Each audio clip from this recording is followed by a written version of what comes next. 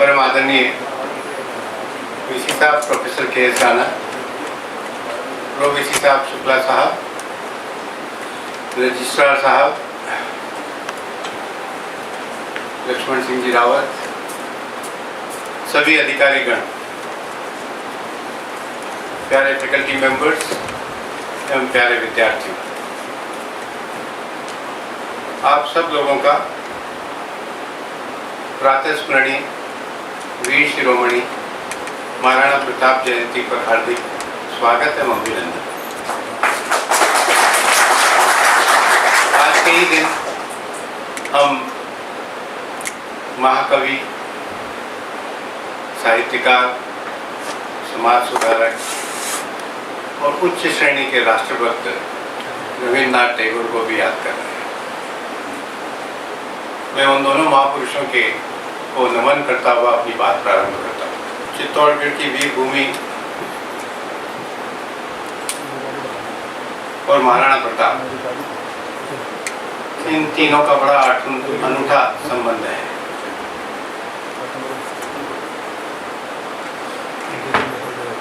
कुछ प्रेरणा स्रोतों में मैं सर्वप्रथम महाराणा प्रताप को अपना प्रेरणा स्रोत मानता हूँ।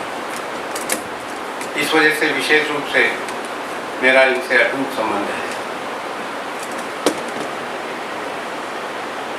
आज 9 मई है। मेवाड़ इंस्टीट्यूट में पिछले कई वर्षों से 9 मई के दिन महाराणा प्रताप पर मेरा उद्बोधन होता है। ये बात शायद DK सर को पता थी, लेकिन आज किसी इमरजेंसी वजह मुझे आज यहाँ आना पड़ा और मुझे बांसी जाना है अपने गांव, और कल मैं वहीं रहूँगा और परसों वापस आऊँगा। तो उन्होंने कहा कि हमने महाराणा प्रताप जयंती रखी हुई है, चौहान साहब ने और DK सर ने कहा कि आज जो मेवाड़ इंस्टीट्यूट में आपका भाषण होता है वो आज यहाँ हो जाए।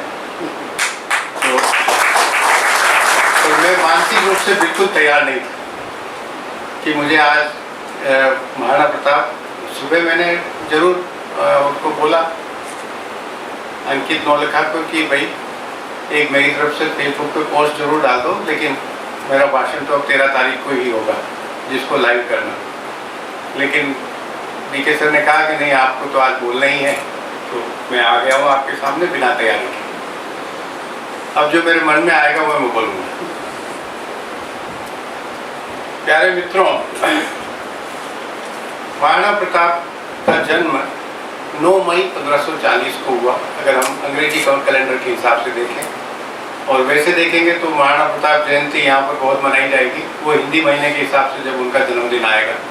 लेकिन हम अंग्रेजी महीनों के जन्मदिन के हिसाब से ही अपने मेवाड़ संस्थान में 9 मई को महाराणा प्रताप जयंती मनाते हैं, इसलिए हम उसी को मना रहे हैं। मैं महाराणा प्रताप के जीवन के बारे में चर्चा करूं उससे पहले उस कालखंड का 1540 और 1540 से पहले का 1540 से लेके 1572 तक का जो कालखंड है उसकी चर्चा करना बड़ा आवश्यक रहेगा। मित्रों, महाराणा प्रताप के दादा हुए महाराणा सांगा,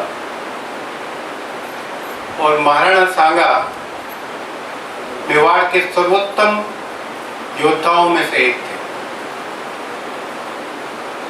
और उनका राज्य भी बहुत बड़ा था। आपकी जानकारी के लिए बता दूं कि दिल्ली के कोने तक, इधर पूरा मालवा, पूरा गुजरात और दिल्ली के कोने तक सब महाराणा सांगा का राज्य था। ये जो जयपुर घराना है वो महाराणा सांगा के अंडर में छोटे से जमींदार हुआ करते थे, और जिस परिवार से सवाई मानसिंह आते हैं वह परिवार महाराणा प्रताप के दरबार में एक छोटा सा जमींदार के रूप में काम करते थे। महाराणा सांगा इतने बड़े योद्धा थे कि उनके शरीर पर 80 घाव थे। उन्होंने अपने एक हाथ, एक आंख और एक टांग युद्ध के मैदानों में ही खोए थे। उसके बावजूद भी वो अविजेता योद्धा थे, उनको कोई विजय नहीं कर सका। और जब युद्ध के मैदान में उतरते थे तो जिससे मानो तूफान आ गया काल साक्षात्कार सामने आ गया। पर इसके साथ साथ वो बहुत दयालु, बड़े जिम्मेदार और बड़े साहित्य प्रेमी राजा भी थे। पूरा संपूर्ण भारत का, जब संपूर्ण भारत की बात करता हूँ तो संपूर्ण भारत यानी कि नेपाल, आज का बांग्लादेश, आज का पाकिस्तान, भूटान, ये सब संपूर्ण भारत का हिस्सा थे। संपूर्ण भारत के क्षत्रियों के एकमात्र वो राजा थे। और जब बाबर ने प्रवेश किया भारत में, तो जो सबसे बड़ा मुकाबला बाबर के साथ जो चुनौती दी गई वो महाराणा सांगा ने ही दी थी। और बाबर ने पहली बार तोपों का इस्तेमाल किया था। हमारे तब तक राजपूत सैनिकों को तोपों से युद्ध लड़ने का अभ्यास नहीं था। तोप खाने होने के बावजूद खानवा का युद्ध हुआ और बड़ी जबरदस्त राजपूतों की सेना इकट्ठी हुई महाराणा सांगा के नेतृत्व में, और खानवा का युद्ध भयंकर युद्ध हुआ और उसमें हजारों की तादाद में राजपूत सैनिक मारे गए उन तोपों की वजह से। लेकिन फिर भी युद्ध नहीं रुका, युद्ध चलता रहा। और युद्ध में बाबर खुद लिखते हैं कि युद्ध की ऐसी स्थिति आ गई थी कि अब युद्ध कुछ ही क्षणों में खत्म होने वाला है और कुछ ही हाथों का फासला महाराणा सांगा और बाबर के बीच में रह गया था। बहुत तेजी से महाराणा सांगा का हाथी बाबर की ओर बढ़ रहा था और बाबर पूरी तरीके से निराश था। उसी दौरान पता नहीं कहाँ से एक तीर आया और महाराणा सांगा को लगा, वो बेहोश हो गए और उन्हें युद्ध के मैदान से हटना पड़ा। बस वो हटना क्या हुआ, भगदड़ मच गई और वह युद्ध परिवर्तित हो गया। महाराणा सांगा मूर्छित होकर निकले और वापस जब मूर्छा आई तब तक सब कुछ समाप्त हो चुका। लेकिन बाबर की इतनी हिम्मत नहीं हुई, क्योंकि युद्ध इतना भीषण था, इतना भयंकर था, इतनी उसकी सेना को नुकसान पहुंच चुका था कि वह चित्तौड़ की तरफ में प्रस्थान नहीं कर पाया। उस युद्ध जीतने के बावजूद वो चित्तौड़ के किले पर आकर झंडा नहीं फहराया। वह वहीं पर, कौन सी जगह है वो, कौन सा क्या, रणथंभौर, हाँ खानवा में तो युद्ध हुआ। रणथंभौर में एक सिपह सालार को बिठाकर वापस आगरा की तरफ लौट गया, क्योंकि उसकी हिम्मत नहीं हुई इधर आने की, क्योंकि उसको लगा कि महाराणा सांगा मरे नहीं है और किसी भी क्षण वापस आ जाएंगे तो फिर युद्ध का पासा पलट जाएगा। वह स्थिति हुई। उसके बाद तो मैं क्यों बता रहा हूँ महाराणा सांगा की बात, इसलिए बता रहा हूँ कि उस वक्त राजपूतों का बहुत ज़्यादा नुकसान हुआ। राजपूत सैनिक हजारों लाखों की तादाद में मारे गए। फिर उसके बाद महाराणा उदय सिंह का राज आ गया और महाराणा उदय सिंह की कहानी बड़ी लंबी कहानी है, उसको मैं अभी जिक्र नहीं करूँगा कि कैसे पन्नाधाय ने बलिदान किया और महाराणा उदय सिंह राज पर आए। वो जो कालखंड है उसका वो एक अलग इतिहास है। और सिर्फ इतना ही कहूँगा कि मेवाड़ तब बना जब वहाँ मेवाड़ के महाराणा और क्षत्रियों ने ही नहीं, हर जाति के लोगों ने अपनी जीवन की कुर्बानी दी। पन्नाधाय की कुर्बानी विश्व इतिहास में कहीं ढूंढो नहीं मिलती। पन्नाधाय ने अपने बेटे को अपने सामने तलवार से कटते देखा और महाराणा उदय सिंह को बचा कर ले गए। इतना बड़ा इतिहास में कहीं नहीं मिलेगा सेक्रीफाइस कि एक माँ अपने सगे बेटे को, अपने राजपुत्र को बचाने के लिए बलिदान दे। ऐसे उदय सिंह बचे और उदय सिंह की बड़ी लंबी कहानी है कि कैसे उदय सिंह ने वापस चित्तौड़ पर अपना राज किया, वो कभी समय होगा तो और बताएंगे। लेकिन उदय सिंह आ गए और उदय सिंह ने राजगद्दी संभाली। तब तक अकबर आ चुके थे और अकबर का मेवाड़ को छोड़कर सारे हिंदुस्तान पर लगभग राज हो गया था और सारे राजा अकबर की गुलामी स्वीकार कर चुके थे, अकबर के दरबार में हाजिरी लगाते थे और अकबर से संधि कर चुके थे और अकबर की तरफ से लड़ने को तैयार रहते थे। स्थितियाँ इतनी विकट थी कि मेवाड़ एक छोटा सा प्रदेश के रूप में रह गया था और सब तरफ दुश्मन ही दुश्मन थे। ऐसी विषम परिस्थिति में महाराणा उदय सिंह ने यह निश्चय किया कि चित्तौड़ का किला अब सुरक्षित नहीं है, इसलिए सन 1559 में उन्होंने उदयपुर बसा लिया था। उदयपुर शिफ्ट हो गए और चित्तौड़ का किला 2 सिपह सालार जयमल और फत्ता के जिम्मे सौंप कर और उनको कुछ सेना, एक छोटी सी सेना की टुकड़ी देकर, और वह सब उदयपुर शिफ्ट हो गए। सन 1568 में अकबर ने चित्तौड़ पर आक्रमण किया और आक्रमण करके चित्तौड़ को अपने अधीन करने की कोशिश की। 6 महीने तक मेवाड़ की मुख्य सेना वो नहीं थी। मेवाड़ की सेना के सिर्फ 2 ऑफिसर थे, वो जयमल और फत्ता, और उनके अंडर में एक टुकड़ी थी। उस टुकड़ी ने 6 महीने तक संघर्ष किया और 6 महीने संघर्ष करने के बाद भयंकर युद्ध हुआ, जिसको कि उस युद्ध को अगर आप सब लोगों ने लाइट एंड साउंड प्रोग्राम देखा होगा तो आपने उसका वर्णन सुना होगा। मैं उसको बहुत डिटेल में यहाँ नहीं बताना चाहता, लेकिन 1568 तक इस चित्तौड़ के किले ने 3 जौहर सेन कर लिए थे। और 3 जौहर का मतलब क्या था? राजपूत सैनिक युद्ध में मर रहे थे और उनकी पत्नियों ने, महिलाओं ने, माताओं, बहनों ने और पत्नियों ने खुलेआम आग में अपने आप को आहुति दे दी और मर गए। तो आगे वंश चलता कैसे? तो बहुत बड़ा संकट था कि सैनिक कहाँ से लाए, लड़ने मरने वाले लोग कहाँ से हो। वो कालखंड था। उस कालखंड महाराणा उदय सिंह की मृत्यु हो गई और 1572 में ही महाराणा प्रताप को एक बिल्कुल सादे कार्यक्रम में राजगद्दी सौंपी गई। वो राजगद्दी क्या था? कांटों का ताज था।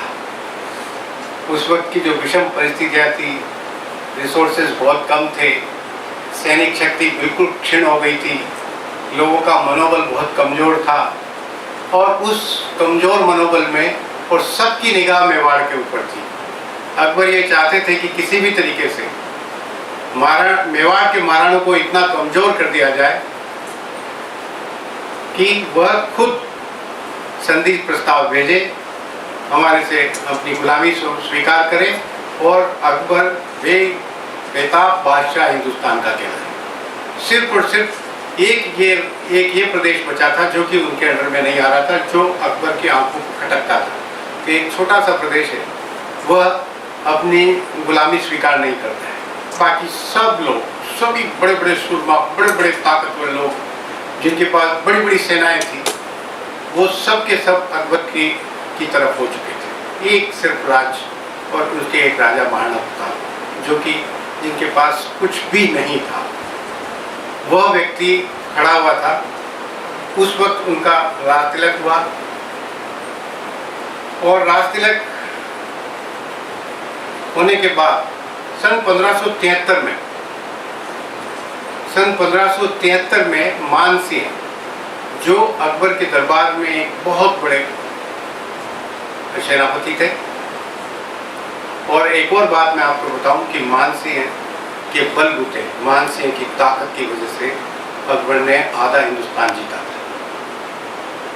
था। इससे अंदाज लगाए मान सिंह कितना ताकतवर व्यक्ति था और उसकी सेना कितनी ताकतवर थी कि सम्राट अकबर ने आधा हिंदुस्तान सिर्फ मान सिंह के बलबूते जीता।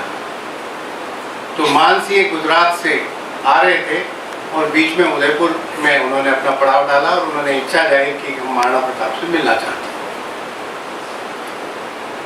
तो उदय सिंह, उदयपुर के पास एक उदय सागर झील है और उदय सागर झील पर उनके रुकने की व्यवस्था की गई।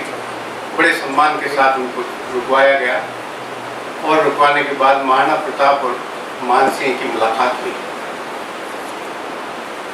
और मुलाकात में चूँकि मान सिंह खुद एक राजपूत थे, बड़े सेनापति थे, बड़े ऊंचे परिवार से थे, कहा जाता है कि महाराणा प्रताप की मौसी के लड़के थे। दोनों आपस में मौसेरे भाई थे, बराबर लेवल के थे, दोनों बराबर के योद्धा थे। तो मानसिंह ने महाराणा प्रताप को सलाह दी कि देखिए हवा बदल गई है, पूरे हिंदुस्तान पे अकबर बादशाह का राज है। मैं आपसे कहता हूँ, आप हमारे बड़े हैं, आप सब लोगों के सम्मानीय हैं, मेवाड़ के मुकुट हैं, आप अकबर के साथ सम्मानित तरीके से संधि कर लीजिए और आराम से जीवन व्यतीत करिए। महाराणा प्रताप को ये बात सहन नहीं थी। महाराणा प्रताप ने कहा कि हम बप्पा रावल के वंशज हैं, हम सूर्यवंशी कहलाते हैं, हम आत्मसम्मान से जीना चाहते हैं, हमारा छोटा सा प्रदेश है, न तो हम किसी को तंग कर रहे हैं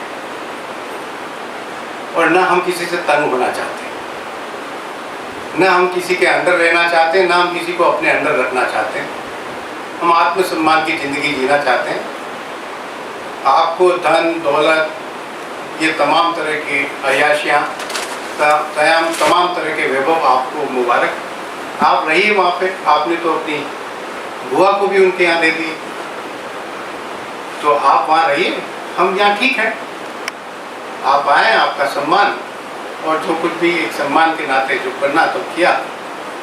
तो मानसिंह ने कोई बात बुरी लगी, क्योंकि महाराणा ने दो तीन बातें कह दी। एक तो बुआ का जिक्र कर दिया, दूसरा उन्होंने ये जिक्र कर दिया कि हम राजपूत लोग हैं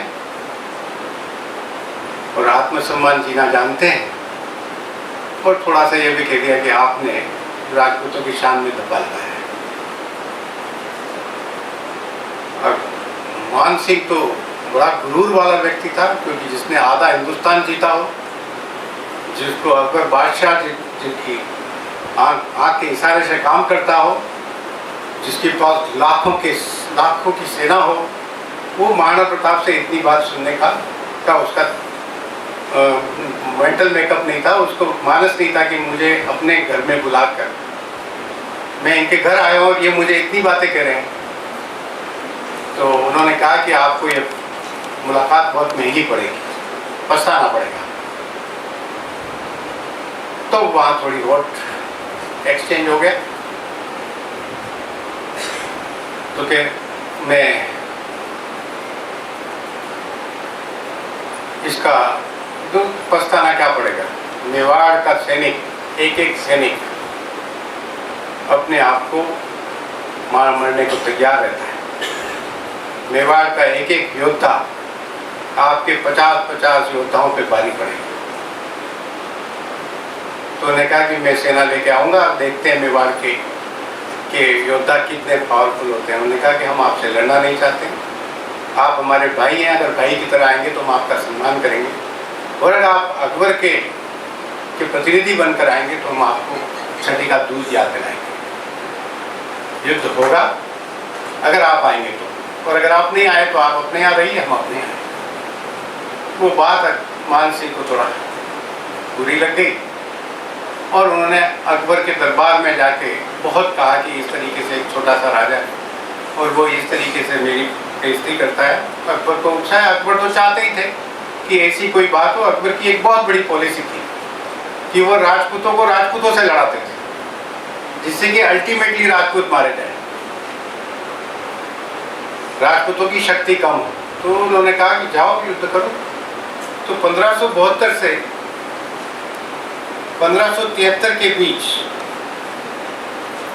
मानसिंह का आना, और 1576 में मानसिंह बहुत बड़ी सेना लेकर आगरा से चले, और आगरा से चलकर उन्होंने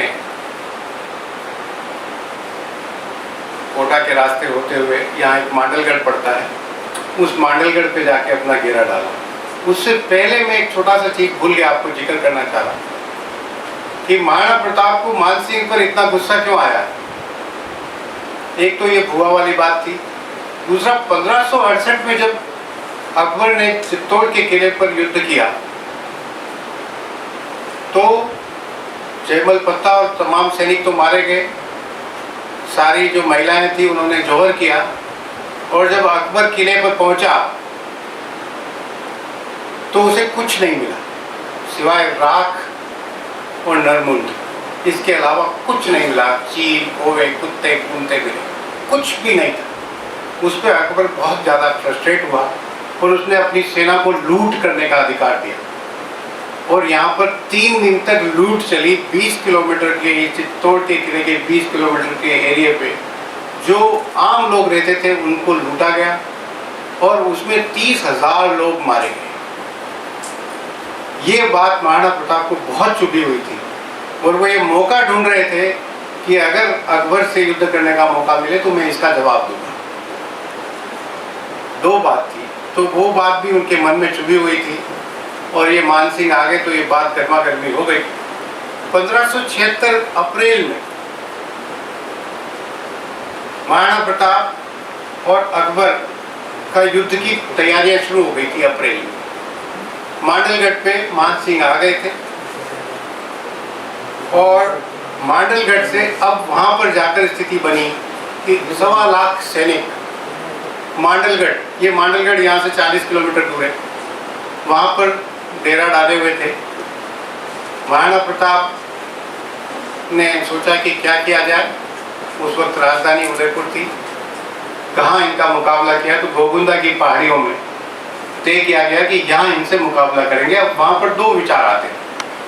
कुछ सिपह सालारों ने कहा कि हम मांडलगढ़ जाके ही उनको मारते, यहाँ से सीधे मांडलगढ़ पे चढ़ाई करो और मांडलगढ़ से ही उनको मार के भगा देते हैं। तो महाराणा प्रताप ने कहा कि ये ठीक नहीं होगा, मांडलगढ़ मैदानी इलाका है, अपने सैन्य बल कम है, उनका सैन्य बल बहुत ज़्यादा है और हम फंस जाएंगे और मारे जाएंगे सब के सब। उनको पहाड़ों में आने दो, पहाड़ों में घेर के मारेंगे। तो वहाँ पे वो रुका, थोड़ा आगे आने दिया उनको। अब मैं आपको हल्दी घाटी ले जाऊँ, उससे पहले मैं थोड़ा महाराणा प्रताप के बारे में जिक्र करूँ कि महाराणा प्रताप का व्यक्तित्व कैसा था। महाराणा प्रताप अच्छे खासे ऊंचे कद के, महाराणा का कद लंबा, आंखें बड़ी, चेहरा भरा हुआ और प्रभावशाली, मूंछें, बड़ी छाती चौड़ी, बाहु विशाल और रंग गेरुआ था। महाराणा प्रताप का कद लंबा, आंखें बड़ी, चेहरा भरा हुआ और प्रभावशाली, मूंछें बड़ी, छाती चौड़ी, बाहु विशाल और रंग गेरुआ था। वो पुराने रिवाज के अनुसार दाढ़ी नहीं रखते थे। युद्ध भूमि में जब निकलते थे तो उनका प्रभावशाली व्यक्तित्व देखते ही बनता था। इतनी जबरदस्त पर्सनालिटी थी।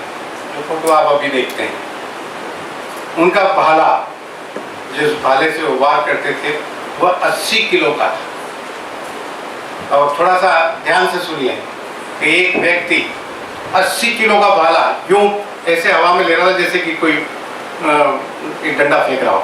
80 किलो का भाला था।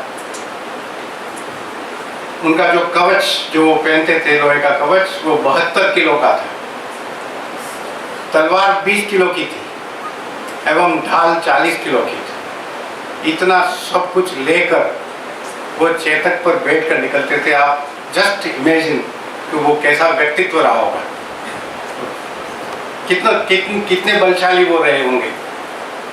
इतना सब पहनकर वो युद्ध किया करते थे। उनमें चीते की तरह फुर्ती थी। इतना सब कुछ होने, इतना वजन करने के बाद चीते की तरह फुर्ती थी और उनका बड़ा चेतक बहुत ही तेज गति से भागता था। कुछ ही क्षण में वह हवा में बातें करता था, कुछ ही क्षण में वह हवा में बातें करता था और एक क्षण में चौकड़ी मारता था, जिससे कि उन पर कोई अटैक ना कर सके। अभी यूं चल रहे और 1 सेकंड में वो चेतक इधर हो गया तो जो तलवार की वार आएगी वो साइड चली जाएगी या तीर आएगा वो साइड हो जाएगा। इतनी जबरदस्त वो थी। और चेतक और महाराणा प्रताप के बीच में कोई फर्क ही नहीं था। एक मन दो शरीर थे, एक आत्मा 2 शरीर थे। यानी कि महाराणा प्रताप के दिमाग में कोई विचार आया और चेतक ने उसको एग्जीक्यूट कर दिया। ऐसा संबंध घोड़े के साथ। एक पराक्रमी योद्धा थे, महान नायक तथा दृढ़ प्रतिज्ञ थे। ये महाराणा प्रताप का व्यक्तित्व मैं आपको पहले बता दूं। तो अप्रैल से सेनाएं आगे बढ़ने लगी और महाराणा प्रताप ने अपनी नाकाबंदी कर ली गोगुंदा की पहाड़ियों में, और गोगुंदा की पहाड़ियों में उन्होंने इस तरीके से किया कि हल्दी घाटी बीच में रखा। हल्दी घाटी का अभी जो हल्दी घाटी आपको दिखती है वो चौड़ी रोड दिखती है, वो चौड़ी रोड नहीं थी, एक छोटा सा दर्रा था, और उस दर्रे के उस साइड भी पहाड़ियाँ थी, इस साइड भी पहाड़ियाँ थी, और उन पहाड़ियों के बीच में दर्रे के इस साइड में उन्होंने पहाड़ों पर भील जाति के पूंजा, राणा पूंजा के नेतृत्व में भील और मीणों को खड़े कर दिया था, तीर कमान लेके और पत्थर लेके, कि यहाँ पर जब आए तो तुम्हें इसको वार करना है, और वार करके जब वो हल्दी घाटी की तरफ बढ़ेंगे और जब दर्रे में घुसेंगे, क्योंकि वहाँ इतना जोर का वार होगा कि उन्हें दर्रे में घुसना पड़ेगा, और जब दर्रे में घुसेंगे तो एक घुड़सवार या एक सैनिक से ज़्यादा नहीं घुस सकता, इधर बाहर निकलेगा, हम उधर बाहर काटते जाएंगे। दैट वाज दी स्ट्रेटेजी, ये स्ट्रेटेजी थी, और ये स्ट्रेटेजी कामयाब हो रही थी।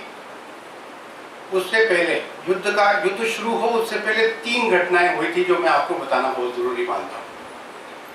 युद्ध से पहले जब महाराणा प्रताप, जब मानसिंह अपने वो कौन सी जगह है जहाँ पे ये मिट्टी की मूर्तियाँ बनती है, मोलेला है, मोलेला पे मानसिंह आके पड़ाव डाला। मानसिंह शाम को शिकार करने जा रहा था, तो महाराणा प्रताप के कुछ सिपह सालारों ने देख लिया, उन्होंने कहा मानसिंह जा रहा है, अपन इसको यहीं काम खत्म कर देते हैं, युद्ध की क्या जरूरत रहेगी। तो महाराणा प्रताप ने मना कर दिया, उन्होंने कहा नहीं, हम क्षत्रिय हैं, सूर्यवंशी हैं, हम पीठ के पीछे वार नहीं करते, ये युद्ध लड़ने आया है तो हम इसको युद्ध में ही परास्त करेंगे, ऐसे धोखे से नहीं मारेंगे। वहाँ बहुत आसान था कि उसको वहीं घेर के वहीं खत्म कर देते और युद्ध खत्म हो जाता। युद्ध हुआ ही नहीं था, शुरू ही नहीं हुआ था, दोनों साइड से नाकेबंदी चल रही थी। दूसरी जो इंसिडेंट हुई वो क्या थी कि महाराणा प्रताप अपनी तरफ से दोनों पहाड़ियों में जगह जगह अपने जो सैनिक के पड़ाव थे उनका निरीक्षण कर रहे थे, और निरीक्षण करते हुए उन्होंने एक झाड़ी में थोड़ी सी हलचल देखी कि कुछ हलचल सी है। उन्होंने झाड़ी में देखा, जितने में वो देखते उससे पहले उसमें से एक सैनिक निकला, घोड़ा निकला वो बड़ा, और उसका नाम था बालेल खां। और बालेल खां कौन था? बालेल खां बहुत जबरदस्त अकबर के दरबार में योद्धा था, और वो इतना बलिष्ठ योद्धा था, और वह अकबर का भांजा लगता था। उसने ये कहा कि जब मानसिंह सेना लेके जा रहे थे तो अकबर थोड़े मुंह पर उत्साह नहीं था, उनको ये डर था कि ये मानसिंह वापस बेरंग न लौटे, क्योंकि महाराणा प्रताप से मुकाबला करना इतना आसान नहीं है। तो उन्होंने कहा कि मामू आप इतने निराश क्यों हो रहे हो, आपका चेहरा उतरा हुआ है। उन्होंने कहा मुझे मानसिंह पे ज़्यादा विश्वास नहीं हो रहा है। अरे उसने पूरा आधा हिंदुस्तान जीत के दिया है आपको, कि नहीं तो भी महाराणा प्रताप से लड़ना थोड़ा मुश्किल है। नहीं ये बराबर का योद्धा है। तो उन्होंने कहा नहीं मुझे थोड़ा, तो कहे आप मुझे आदेश करो, मैं महाराणा प्रताप का की गर्दन काट कर उसका सर आपके चरणों में हाजिर करूंगा। मैंने कहा अच्छा तू ये कर सकता है? हाँ मैं कर सकता हूँ। बालेल खान की हिस्ट्री ये थी कि वो इतना ताकतवर आदमी था कि वो अपने शरीर पे 2 चेन, लोहे की चेन बांध के, और उन चेनों को हाथियों से बांध देता था और विपरीत दिशाओं में हाथी को दौड़ाता था। महावत को कहता था तू उधर दौड़ा, तू उधर दौड़ा, और दोनों चेनों को यूं पकड़ के खड़ा हो जाता था और 1 इंच नहीं हिलता था, चेनें टूट जाती थी। लोहे की जो जंजीरें होती थी वो टूट जाती थी, लेकिन बेलोल खां वहीं का वहीं रहता था, इतना पावरफुल व्यक्ति था। उस बेलोल खां ने झाड़ी में से निकल के अपने घोड़े से महाराणा प्रताप पे वार किया। ये सुनने का भी किस्सा है, बड़ा जबरदस्त किस्सा है। उससे आपको महाराणा प्रताप की ताकत का अंदाजा हो जाएगा कि वो व्यक्ति कितना ताकतवर था।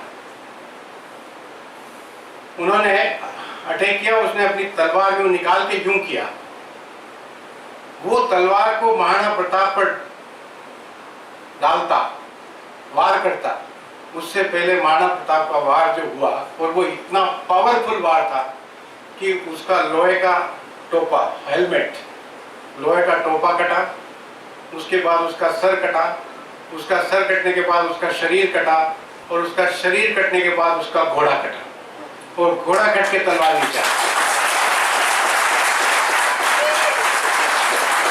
इतनी जबरदस्त वार हुई होगी, आप अंदाज लगा सकते हो। वो उसका हाथ यूं का यूं रह गया, वो हाथ यूं करता, उससे पहले कितने सेकंड्स में वो वार कितना पावरफुल था, उसका एक अंदाज लगा सकते हो कि तलवार का वो वार इतना पावरफुल था कि उसमें लोहे का कवच कटा, सर कटा, बदन कटा पूरा, तो बदन कट के घोड़ा कटा, तलवार नीचे। पूरी मान सिंह की सेना, जो अकबर की सेना थी, उसमें खलबली मच गई, रोंगटे खड़े हो गए, डरने लगे लोग कि हमारा किससे मुकाबला होने जा रहा है। इतने पावरफुल थे महाराणा। और काटा उसको, फिर चल दिए दूसरे कैंप को निरीक्षण करने। ये भी नहीं कि भाई क्या हुआ क्या नहीं, कुछ नहीं हुआ, चलो। इस तरीके से ये दो इंसिडेंट हल्दी घाटी के युद्ध से पहले हुए। ये युद्ध शुरुआत नहीं थी, युद्ध की शुरुआत अभी होनी थी। उसके बाद जैसा मैंने बताया आपको, युद्ध चालू होने लगा। जैसे ही वो लोग पहाड़ियों के बीच में आए, पहाड़ियों के बीच में जैसे ही आए, उन्होंने मोलेला से क्रॉस किया, और मोलेला से खमनोर की पहाड़ियाँ, खमनौर का मैदान आता है, खमनौर के बाद पहाड़ियाँ शुरू होती है। जैसे ही वो खमनौर के मैदान से उधर ऊपर आने लगे, और वैसे ही पूंजा, राणा पूंजा की सेना ने, जो भीलों की सैनिक थे, उन्होंने तीर और पत्थरों से वार शुरू किया। और वार शुरू किया, इतना जबरदस्त वार हुआ कि वो भागकर उस दर्रे की तरफ आए, और जैसे ही दर्रे से बाहर निकलते थे वो कटते थे। ऐसा वो कई दिनों तक चलता रहा। महाराणा प्रताप की सेना में जो सैनिक थे, जो सूबेदार थे, जो 16 ठिकानेदार थे, 32 उमराव थे, वो सब के सब लोग यंग थे। वो नौजवान थे, 18 से 20 साल के नौजवान थे, क्योंकि सब बुजुर्ग तो मर गए। महाराणा सांगा के युद्ध में मर गए, फिर 1568 चित्तौड़ के किले के युद्ध में मर गए। महिलाएं सब, बहुत कम बच्चे रह गए थे, और वो सब के सब नौजवान सैनिक थे। और नौजवान सैनिकों में उन्होंने कहा ये तो कई महीनों तक चलेगा, इतने दिन तक हम यहाँ खड़े कर, हम तो कल ही इसको समाप्त करेंगे। शाम को मीटिंग हुई कि हम खमनौर के मैदान में आमने सामने की लड़ाई करेंगे। ये छापामार प्रणाली हम नहीं करेंगे। अब महाराणा प्रताप को लगा कि ये सारे के सारे, उसमें कौन कौन लोग थे।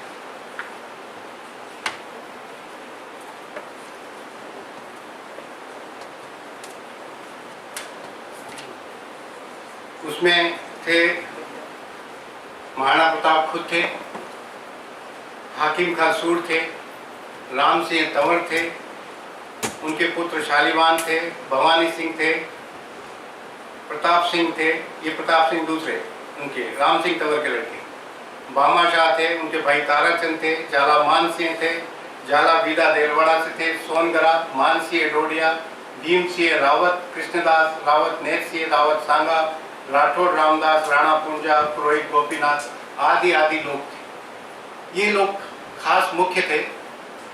और उसमें महाराणा प्रताप और राम सिंह तंवर दो ही ठीक ठाक उम्र के लोग थे, जो थोड़े मैच्योरिटी लिए हुए थे। बाकी सब नौजवान लोग थे, नए लोग थे। अब उन नए लोगों में जोश था। उन्होंने कहा आप क्या बात कर रहे हैं महाराणा साहब, हम इनको मिनटों में मार के भगा देंगे। आप ये क्या एक एक को मार रहे हैं, हम मजा नहीं आ रहा है। हम इससे दर्रे से बाहर निकलते हैं, खमनौर के युद्ध में इनको आमने सामने की लड़ाई करते हैं, इनको मार के भगा देंगे। राम सिंह तंवर ने कहा कि ऐसा मत करो, आप इस तरीके से मत करो, क्योंकि देखो राम सिंह तंवर ग्वालियर के महाराजा थे, और उन्होंने कहा कि हमारा अनुभव ये है कि आप मार तो दोगे, लेकिन ये टीटी दल है, जितना मारोगे उससे कई गुना ज्यादा आ जाएंगे। 1,00,000 1.5 लाख लोग हैं, और आते ही रहेंगे, हम मार मार के थक जाएंगे, लेकिन नहीं मरे, खत्म नहीं होंगे। इसलिए हम इसी तरीके से करते हैं, और इनको थोड़े दिनों में 2, 4, 5, 10 दिन में, 15 दिन में ये भाग जाएंगे, आप मानो। तो जो हमारे इधर से जो लोग थे, मेवाड़ के जो लोग थे, उन्हें कहा आपका ये ग्वालियर का काम ग्वालियर में रखो, हम मेवाड़ के लोग हैं, हम डरते नहीं हैं और हम अभी मुकाबला करेंगे हाथ के हाथ, और आपको युद्ध से डर लग रहा हो तो आप चले जाओ। अब मैं आपको ये बात क्यों बता रहा हूं? लीडर तो महाराणा प्रताप थे। महाराणा प्रताप को ये निर्णय करना होता था कि हम डायरेक्ट युद्ध लड़े या हम छापामार प्रणाली को जारी रखें। अब मैंने भी लीडरशिप की हुई है। जब लीडर को डिसीजन लेना होता है उस वक्त विजडम और क्या बोलेंगे उसको, एक तरफ विजडम होती है, एक तरफ मोटिवेशन होता है, भावना होती है। उस भावना और विजडम के बीच का डिसीजन लेना होता है। जब उसका सारे के सारे सिपह सालार जो उसके लिए मरने कटने को तैयार है, वो इस बात के लिए तैयार है कि हमें डायरेक्ट युद्ध लड़ना है, और वो महाराणा प्रताप जान रहे थे कि डायरेक्ट युद्ध का मतलब क्या होना है, हम 2-3 घंटे में सब मर जाएंगे और उसके बाद भी वो लोग उनको नहीं मार पाएंगे, हम खूब मारेंगे, इसमें कोई शक नहीं।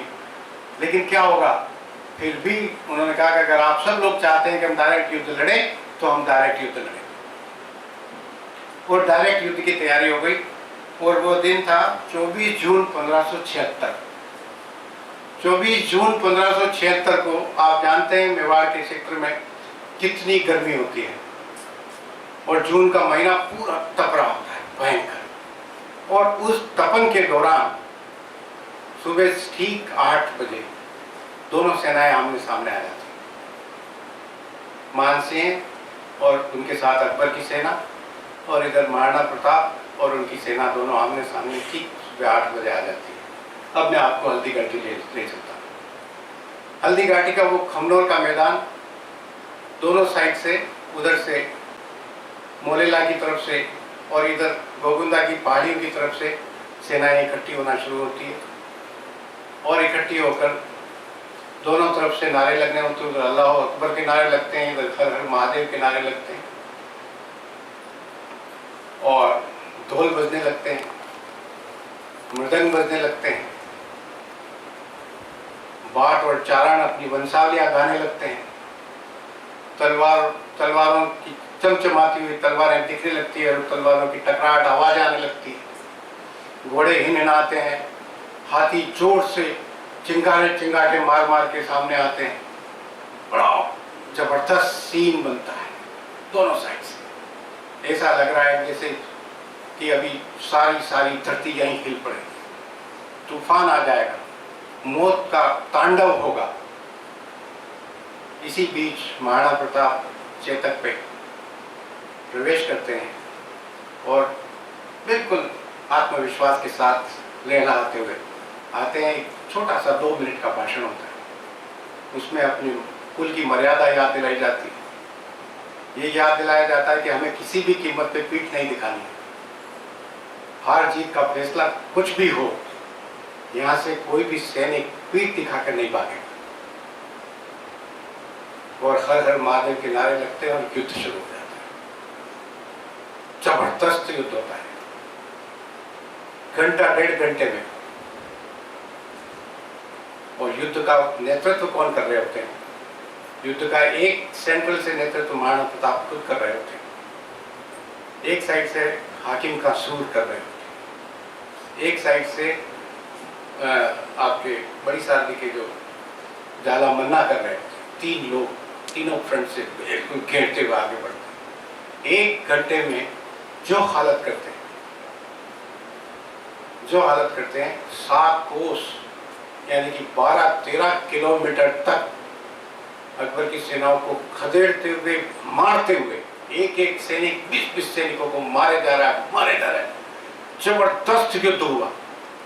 1-1.5 घंटे के अंदर 14 किलोमीटर तक अकबर की सेना को खदेड़ दिया।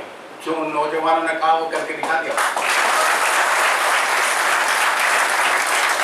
और इसमें हुआ क्या, जिस व्यक्ति ने ये कहा कि हम ऐसे युद्ध नहीं करते, राम शाह तंवर, उस व्यक्ति ने इतनी जबरदस्त युद्ध किया जिसको एक टोंट कसा के तुम्हारे बस की नहीं युद्ध करना, उस आदमी ने इतना जबरदस्त युद्ध किया कि मैं नहीं लिख रहा हूँ, कोई राजपूतों का इतिहासकार नहीं लिख रहा है, बदायूं नहीं लिखता है जो अकबर का इतिहासकार है, कि रामशाह तंवर ने जिस ढंग से लड़ाई लड़ी, जिस मुस्तैदी के साथ युद्ध किया, जिधर गया उसने कोसों तक सारी सेना साफ कर दी। रामशाह तंवर शहीद हुए, रामशाह तंवर के बेटे शहीद हुए, रामशाह तंवर का पोता शहीद हुआ।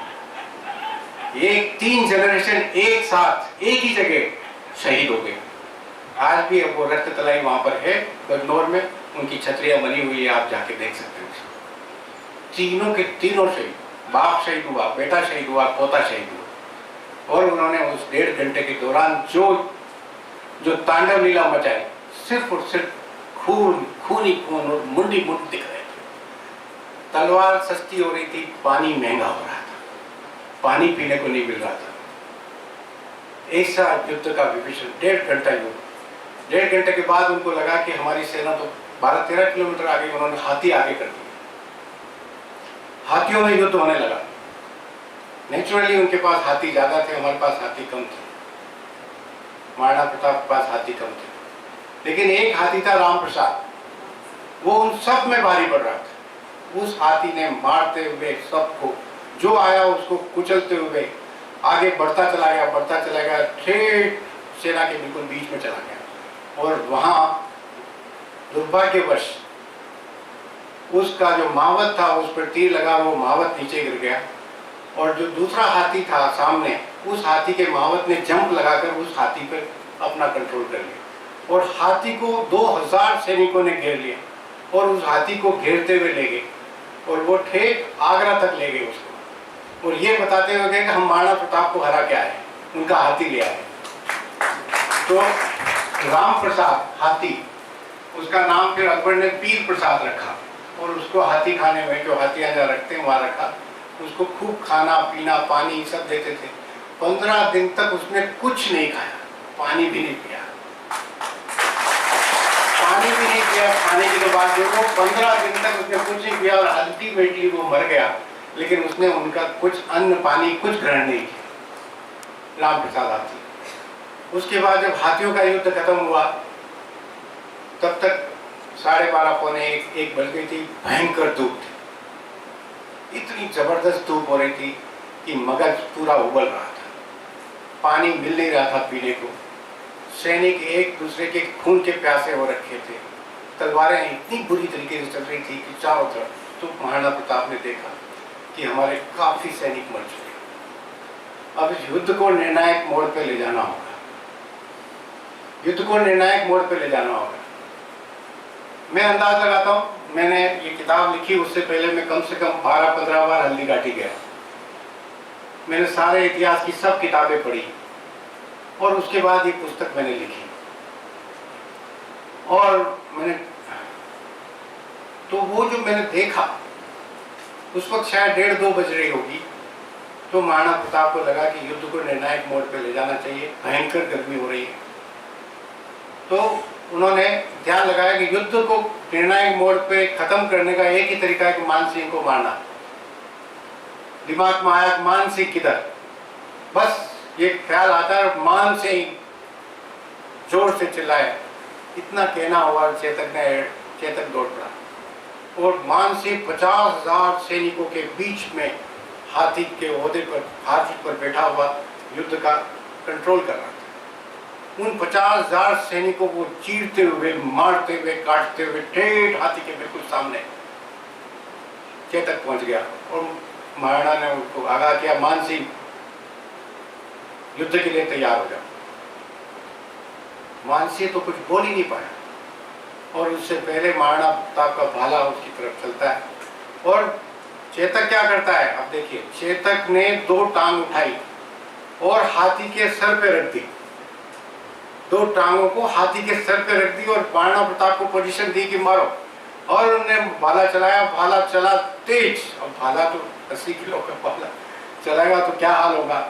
उन्हें भाला चला और भाला चल के उसने महावत को पार कर दिया, उसके पेट में लगा और बाहर निकल गया और खून का फवारा छूटा और हाथी और मान सिंह ने दुबक गया एकदम। जब भाला आता देखा तो वो उसमें दुबक गया और वो दुबक गया तो हाथी की पीठ पे जाके भाला लगा।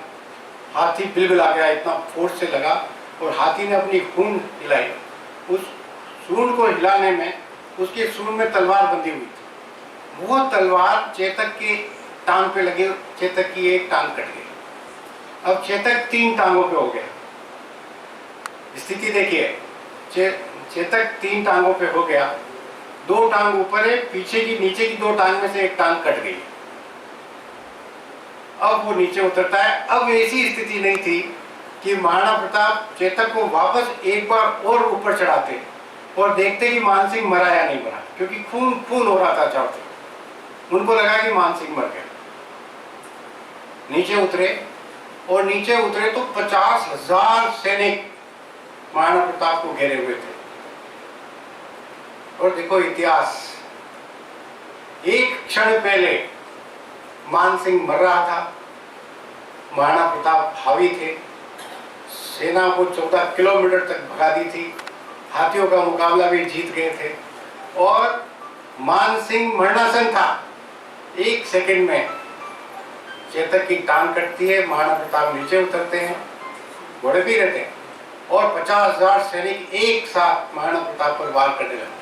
एक साथ। आप अंदाज लगाओ क्या सीन रहेगा, कैसे बच सकता है कोई इंसान, कोई तलवार से, कोई तीर से, कैसे मार प्रहार कर रहा है। उन सब से वो लड़ते हुए उस व्यूचक रचना से बाहर निकलना, इतने में 2 शूरवीरों को, जाला मन्ना को और हाकिम खां सूर को ये बात पता लगती है।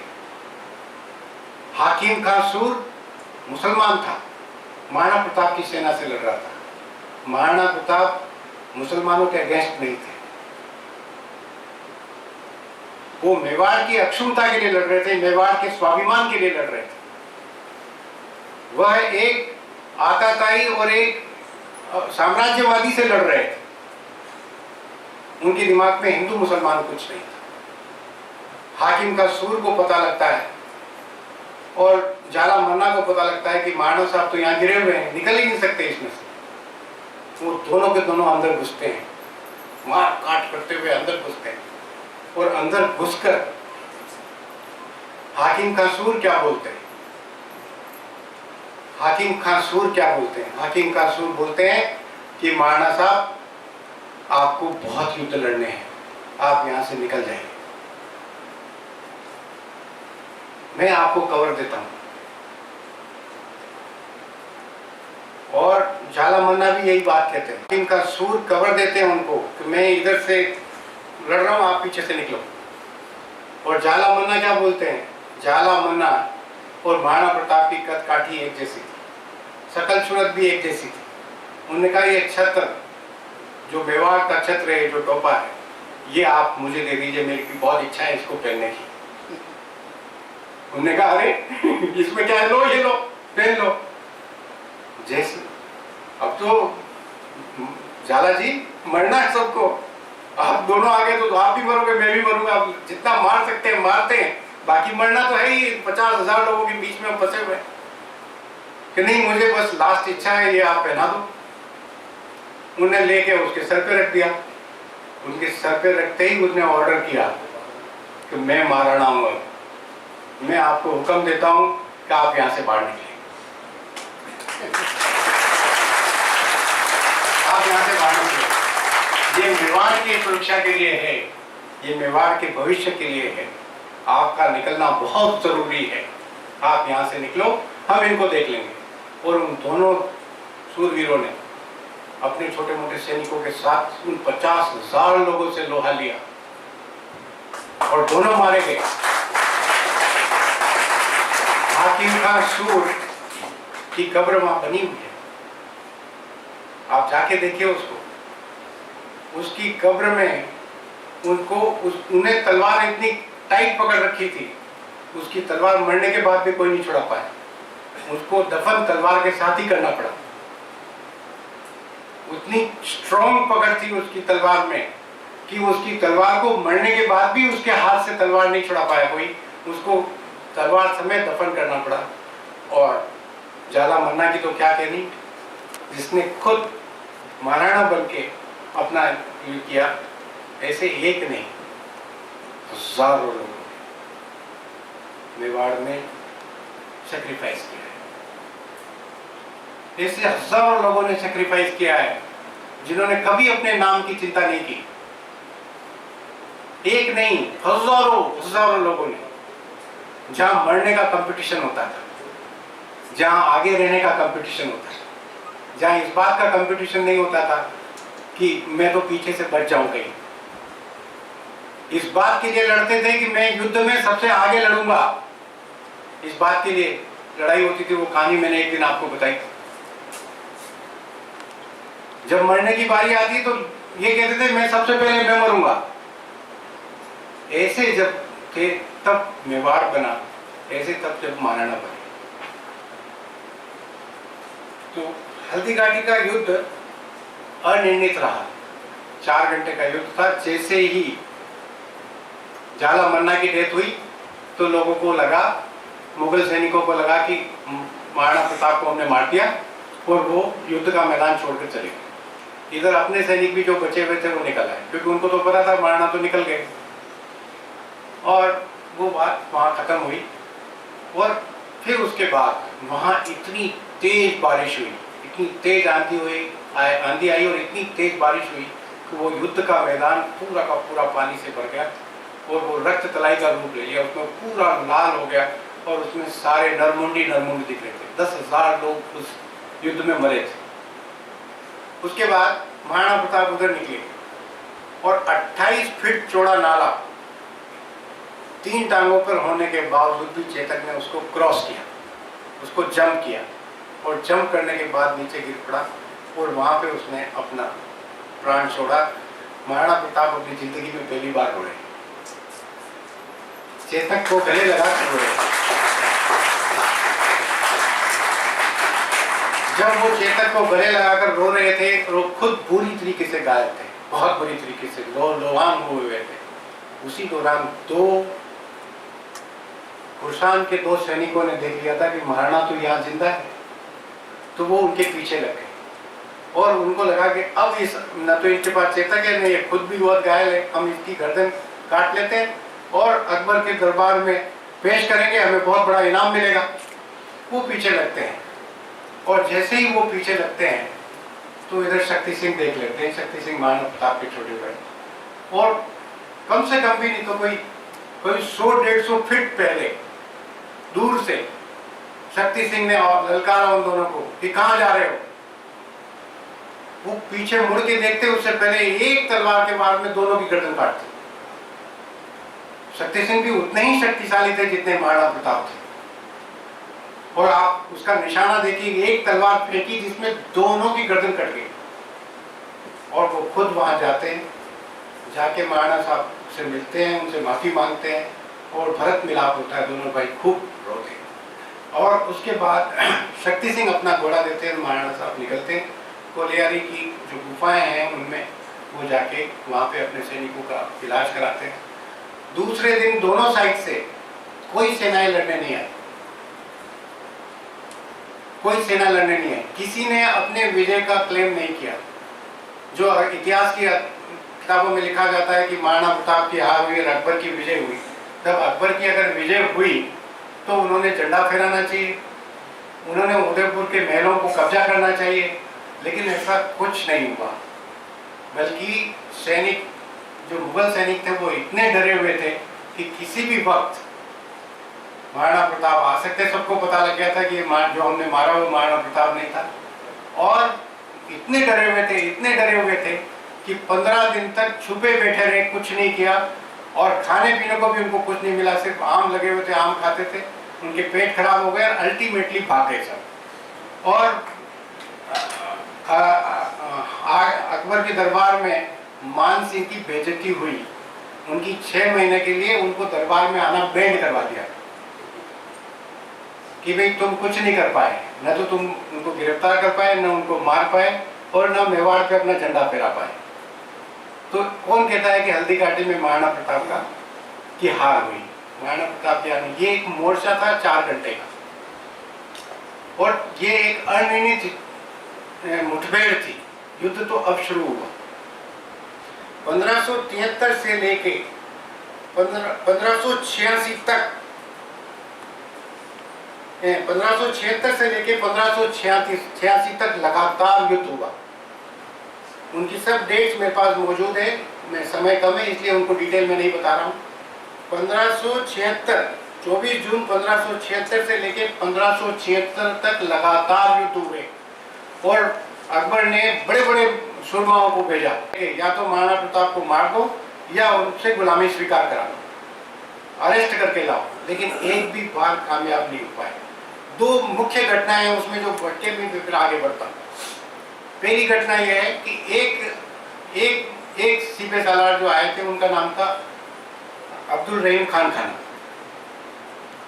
अब्दुल रहीम खान खाना आए और उस वक्त महाराणा प्रताप के बेटे अमर सिंह भी जवान हो गए थे, वो भी महाराणा प्रताप के साथ लड़ते थे। वो मुठभेड़ में अब्दुल रहीम खान खाना की सारी सेना तहस नहस हो गई, सब भाग गए और अमर सिंह ने इतना जोर से युद्ध लड़ा कि वो भाग गए सब, और भाग गए और वो अपनी जो बैग में उनकी जो लेडीज थी उनका जो पूरा का पूरा जो जत्था था उसको भी छोड़ गए। तो अमर सिंह ने उन सारी बेगमों को गिरफ्तार करके महाराणा प्रताप के सामने पेश किया कि ये सब उनकी मुगलों की, उनको तो हमने भगा दिया, कुछ मर गए कुछ भाग गए, और ये सारी बेगमें 150-200 औरतें थी, उनको मैं ले आया हूँ यहाँ पे अरेस्ट करके। महाराणा प्रताप ने बहुत डांटा उसको, अमर सिंह को बहुत जबरदस्त डांटा और डांट के कहा कि बाइज्जत इनको वापस लौटा के आओ। ये एक घटना। दूसरी घटना क्या हुई? दूसरी घटना हुई दिवेर में। आप जब नाथद्वारा से आगे, देवगढ़ से आगे जाते तो दिवेर आता है। सिंह के नेतृत्व में लड़ाई लड़ी गई और शाहबाज खां वहाँ का अकबर की तरफ से सेनापति था। इतना जबरदस्त युद्ध हुआ, जो बालेल खां के साथ महाराणा प्रताप ने किया था हल्दी घाटी में, वह अमर सिंह ने शाहबाज खां के साथ दिवेर में किया। उनने ऐसा भाला मारा कि वो पार कर गया और वो फंस गया उसके शरीर में। सारी सेना भाग गई, मर गई, और वो जो उनका जो सेनापति था उसका भाला समेत वो वहां पड़ा हुआ था कि कोई भी उनका भाला निकाल नहीं सका। अल्टीमेटली अमर सिंह खुद गए और वो भाला उसकी बॉडी में से निकाला। और दूसरा, अमर सिंह ने उस शाहबाज खान के हाथी को एक ही वार में उसकी गर्दन उड़ा दी। एक वार में। अमर सिंह भी उतने ही बलशाली थे जितने महाराणा प्रताप। उस युद्ध का नेतृत्व महाराणा के किले वापस विजय कर दिया। 1587 से लेकर 1597 तक का जो कार्यकाल है, उन 10 सालों के दौरान एक भी युद्ध नहीं हुआ। अल्टीमेटली अकबर ने तय कर लिया कि हमें महाराणा प्रताप से उलझना नहीं चाहिए। वो पंजाब में और उधर कहीं लग गया और फिर कोई युद्ध नहीं हुआ। उस दौरान महाराणा प्रताप ने अपने कार्य कुशलता का परिचय दिया। पहले उन्होंने युद्ध कौशल का परिचय दिया, अब उन्होंने प्रशासन कौशल का परिचय दिया, और वो चावंड में उन्होंने अपनी राजधानी बनाई और चावंड में उन्होंने बहुत अच्छे से राज चलाए, सब लोगों को इनाम दिए, साहित्य को बढ़ावा दिया, संस्कृति को बढ़ावा दिया, और बहुत अच्छे से 10 साल उनका शासनकाल बहुत अच्छा चला। एक इतना बड़ा योद्धा, और एक दिन ऐसे ही धनुष बनाने के लिए एक लकड़ी को मोड़ा जाता है विशेष तरीके से। उस धनुष बनाते बैठे बैठे घर में सब काम करते थे, कोई छोटे बड़े का भाव नहीं था। वो युद्ध के लिए तैयारी करते रहते थे हर वक्त। तो धनुष बना रहे थे। धनुष बनाते हुए वो जो डंडी होती है, वो डंडी हाथ से छूटी और सीधी पेट में लग गई, और पेट में लग गई और पेट में घाव हो गया, एब्सिस हो गया। और वो घाव इतना खतरनाक हुआ कि वो ठीक ही नहीं हुआ, और उसी घाव से महाराणा बहुत तकलीफ में रहने लगे। मैं उनका अंत बताऊं उससे पहले भामाशाह का जिक्र कर दूं कि दिवेर के युद्ध से पहले भामाशाह ने मालवा के युद्ध में विजय प्राप्त की और वहां से 25,000 अशरफियाँ सोने की और कुछ रुपए महाराणा को भेंट किए। और वो भेंट से फिर युद्ध कौशल तैयार हुआ और दिवेर का युद्ध लड़ा और फिर उसके बाद सारे किले जीते। वैसा भामाशाह, दानवीर भामाशाह का नाम भी आता है, वो उन्होंने किया। और मजे की बात यह है कि भामाशाह ने अपना सब कुछ सर्वस्व देकर भामाशाह कहीं चले गए, आज तक उनका पता नहीं चला कि वो कहाँ है, जिससे कि कोई उनको, उनके वंशज यह न कह सके कि हम उनके हैं और हमें भी कुछ मिलना चाहिए। ऐसे दानवीर वो थे भामाशाह। महाराणा साहब बहुत कष्ट में थे। जब बहुत कष्ट में थे तो वेद वगैरह सब फेल हो गए, उन्होंने कहा कि प्राण निकल नहीं रहे। तो 16 ही ठिकानेदार जो हमारे मेवाड़ में होते हैं, सब सुरमा लोग सब इकट्ठे हुए और इकट्ठे होकर उन्होंने कहा कि आप प्राण छोड़िए, ये दर्द हमसे देखा नहीं जा रहा। तो उन्होंने कहा मेरे प्राण नहीं निकल रहे। कि क्यों, क्या बात है? लेकिन मुझे अमर सिंह पे विश्वास नहीं है। अमर सिंह अकबर से समझौता कर लेगा। आप सब लोग मिलकर प्रण करो कि आप सब लोग मिलकर अमर सिंह का हाथ मजबूत करोगे और समझौता नहीं करोगे, अपने आत्मसम्मान के साथ समझौता नहीं करोगे, इस बप्पा रावल का जो वंश है इस पे दाग नहीं लगने दोगे। सब लोगों ने अपने हाथ से, तलवारों से अपने हाथ से ना काटे, खून निकाला और प्रण किया, तिलक किया महाराणा को कि हम सब प्रण करते हैं, और उसी क्षण उन्होंने अपने प्राण छोड़े।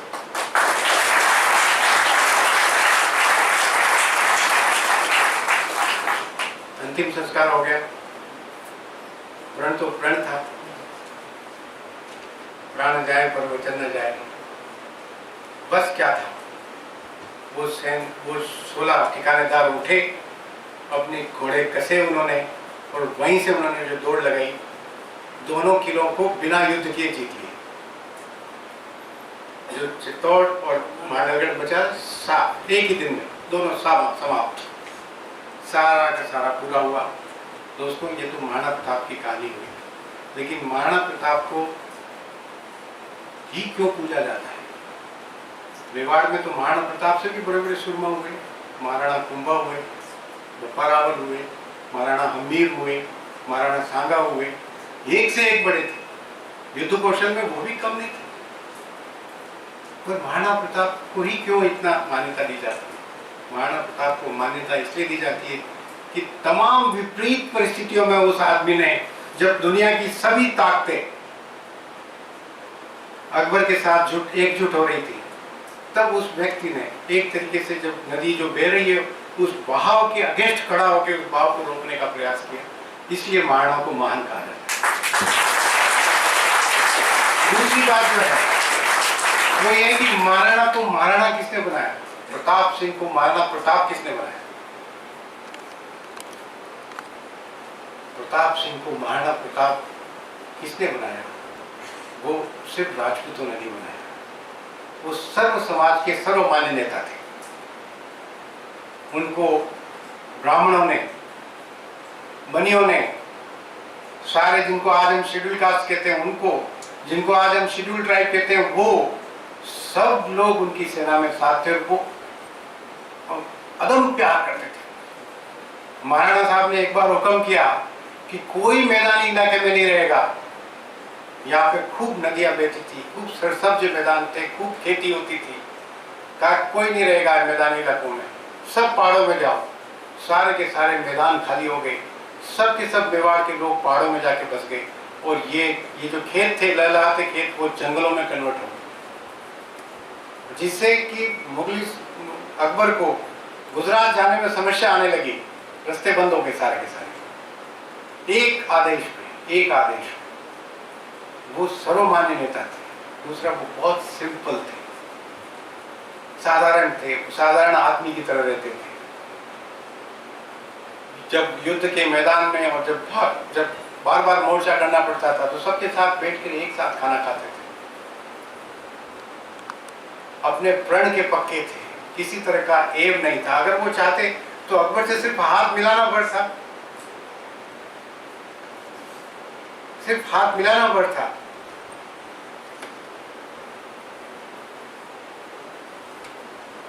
तो वो तो बहुत जिंदगी आराम से जीते थे। दोस्तों, इसलिए महाराणा को उन सब लोगों ने, किन्होंने, दूसरा सवाल उठता है कि प्रताप, महाराणा प्रताप कैसे बने? प्रताप, महाराणा प्रताप बने अपने निस्वार्थ हंसते हंसते बलिदान होने वाले स्वामी भक्त साथियों और स्वामी भक्त घोड़ों एवं हाथियों की बदौलत, जिन्होंने हर समय उनके वचनों का पालन करने के लिए अपनी जान की बाजी लगा दी। उनके एक आदेश पर मरने की प्रतिस्पर्धा होने लगती थी। लोग सबसे पहले लड़ने एवं अपना बलिदान करने के लिए लालायित रहते थे। इस बात पर विवाद होता था कि युद्ध के मैदान में हरावल यानी कि फ्रंट में कौन लड़ेगा, यानी कि कौन सबसे पहले मरने को तैयार होगा। इसलिए कहता हूँ आइए, हम बनाते हैं पन्नाधाय, हम बनाते हैं जयमल, हम बनाते हैं पत्ता, हम बनाते हैं राम सिंह तंवर, हम बनाते हैं शालीवाहन, हम बनाते हैं भवानी सिंह जाला, हम बनाते हैं जाला मन्ना, हम बनाते हैं हाकिम का सूर, हम बनाते हैं भीम सिंह डोडिया, हम बनाते हैं रावत नेत सिंह, हम बनाते हैं राठौड़ रामदास एवं भामाशाह, हम बनाते हैं रानी पद्मिनी, हम बनाते हैं रानी करुणावती, हम बनाते हैं कल्लाजी राठौड़। जरूरत है स्वामी भक्त निस्वार्थ देश एवं समाज के लिए हंसते हंसते बलिदान करने वालों की। महाराणा प्रताप तो इनमें से कोई भी बन जाए।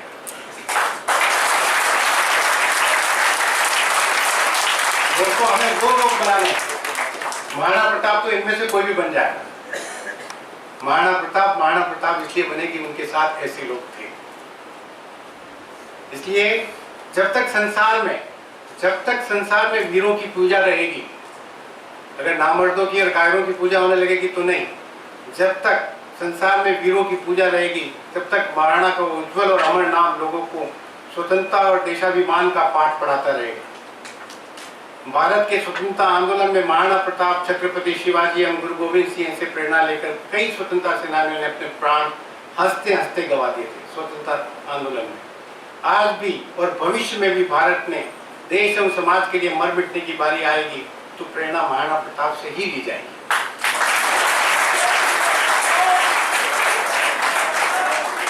इसीलिए भाइयों, हमारे बीच में वंदना बैठी हुई है, ये विटनेस करेगी आपको कि जब राजपूत समाज में छोटी बहू घर में आती है और बड़े लोगों से, अपनी सास से, अपनी बड़ी महिलाओं से आशीर्वाद लेने जाती है तो वो आशीर्वाद में क्या बोलती है, जो मैं आपको बताता हूँ।